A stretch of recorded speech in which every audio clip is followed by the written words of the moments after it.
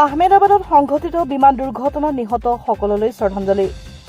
London অভিমুখে আহমেদাবাদৰ পৰা উৰণৰ খন্তেক পাছতেই ভয়ংকৰ দুৰ্ঘটনাত পতিত হয় এয়াৰ ইণ্ডিয়াৰ ফ্লাইট 171। বিমানখনত থকা 241 গৰাকী ব্যক্তিৰ মৃত্যু হোৱাৰ লগতে 5 গৰাকী চিকিৎসকৰ মৃত্যু হয়। আহত হয় 40 গৰাকী চিকিৎসক। মৃত ব্যক্তিসকলক 14 জুন তাৰিখে বৃহত্তৰ অসমীয়া যুৱ মঞ্চ তিনিচুকীয়া জিলা সমিতিয়ে তিনিচুকীয়াৰ থানা চাৰিআলিত শ্ৰদ্ধাঞ্জলি জনায়। তিনিচুকীয়াৰ পৰা অজয় শৰ্মাৰ প্ৰতিবেদন। নমস্কাৰ, সকলো অসমবাসী ৰাইজলৈ সাংবিধানিক অভিনন্দন জ্ঞাপন কৰিলোঁ। আৰু যোৱা বৃহস্পতিবাৰে ভাৰতত যিটো অভিশপ্ত বৃহস্পতিবাৰে যিটো ঘটনা সংঘটিত হ'ল আহমেদাবাদত 200ৰো অধিক যাত্ৰী নিহত হৈছে। লগতে ছায়েন্সৰ কিছুমান ষ্টুডেণ্ট যিসকলে ডক্টৰ কৰি আছে তেওঁলোকেও সেই দুৰ্ঘটনাত মৃত্যু আকোৱালি ল'লে।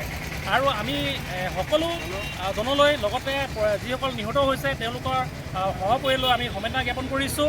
আৰু যিসকল মৃত্যু ঘটিছে তেওঁলোকক আমি আত্মাৰ চিৰশান্তিৰ কাৰণে সদ্গতিৰ কাৰণে আমি প্ৰাৰ্থনা জনাইছোঁ। আৰু ভাৰত চৰকাৰক এটা কথা আমি সকীয়াই দিব বিচাৰিছোঁ আৰু লগতে অনুৰোধো কৰিছোঁ যে আপোনালোকে এয়াৰ ইণ্ডিয়া যিটো কোম্পানীক বা কাম দিছিলে তেওঁলোকে পৰীক্ষা নিৰীক্ষণ নকৰাকৈ কিয় বিমানখন অৱতৰণ কৰিব দিছিলে বা কামত ব্যৱহাৰ কৰিছিলে তাৰ ওপৰত তন্নকৈ তদন্ত হ'ব লাগে।